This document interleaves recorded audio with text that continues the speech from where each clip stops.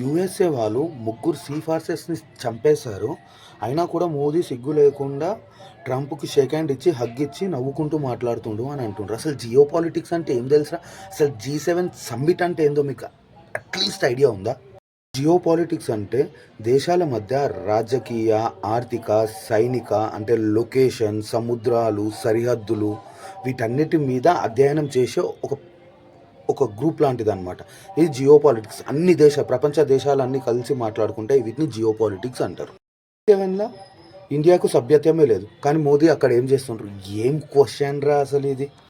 52 సార్లు G8 G7 సమ్మిట్లు జరుగుతాయి. అందులో 13 సార్లు పిలిచిండ్రు. అట్లా పార్ట్నర్ హోస్ట్గా పిలుస్తారనమాట. అండ్ మోదీజీ అక్కడికి ఎందుకు వెళ్ళిండ్రు అంటే సౌత్ గ్లోబల్ వాయిస్ని రేజ్ చేయడానికి. అందులో ముఖ్యంగా India, Brazil, South Korea, Kenya భాగస్వాముల దేశాలన్నింటినీ కూడా పిలుస్తారు. Bilateral and multilateral deals fix చేసుకోవడానికి అక్కడ ఉండనమాట. ఇంకోటి, ఇప్పుడు ఐవాన్లో ఏదైతే G7 సమ్మిట్ జరుగుతుందో అక్కడి ఇమ్మాన్యుయల్ మాక్రాన్ అధ్యక్షుడు, ఆయన స్పెషల్గా ఇప్పుడు ఇండియా ప్రపంచ దేశానికి ఎంత సుపరిచితం అవుతుంది ఇవన్నీ గుర్తుపెట్టుకొని ఆయన స్పెషల్గా మోదీ గారిని ఇన్వైట్ చేసిండు.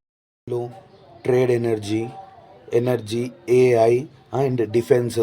మొన్న జరిగింది కదా స్ట్రైట్ ఆఫ్ హార్మూస్లో జరిగిన ఫైట్స్, యుద్ధాల గురించి మన సీ ఫార్మర్స్ ఎవరైతే చనిపోయినరో వాళ్ళ గురించి ఇవన్నిటి గురించి కూడా మాట్లాడుకుంటారు అనమాట. పీస్ఫుల్గా జరగడానికి, ఎలాంటి గొడవలు లేకుండా చేయడానికి.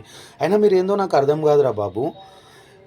ఎన్నిగనం ఒక వైట్ పేపర్ మీద ఒక మచ్చ పెడితే ఆ మచ్చను చూసే గుండెలు బాదుకోవడం ఏంది రాబాయ్? ఆ పక్కకున్న తెల్లదంతా కనిపిస్తలేదా? G7 సమ్మిట్కి మనం పోవడం అంటే ఒక గొప్ప విషయమే కదా. మన్మోహన్ గారు కూడా 5 సార్లు పోయినరు. ఇవన్నీ అవసరం లేదు. జస్ట్ మీ లెఫ్ట్ గాలు యాంటీ మొత్తం దేశంలోనే వండుకుంటా దేశానికి పెద్ద మరకరా బాబు మీరు. అసలు ఏంది ఎట్లా అన్నది ఒకసారి తెలుసుకోవాలి. తెలుసుకున్న తర్వాత ఏదైనా మాట్లాడుండ్రా. పుట్టిగా ఏదో వింటుండ్రు కదా, పబ్లిక్ గొర్రెలు కాదు, ఎడ్యుకేట్ అవుతున్నారు. మీరు కండి ఫస్ట్ మీరు. జై శ్రీరామ్, జై భారత్, జై హింద్.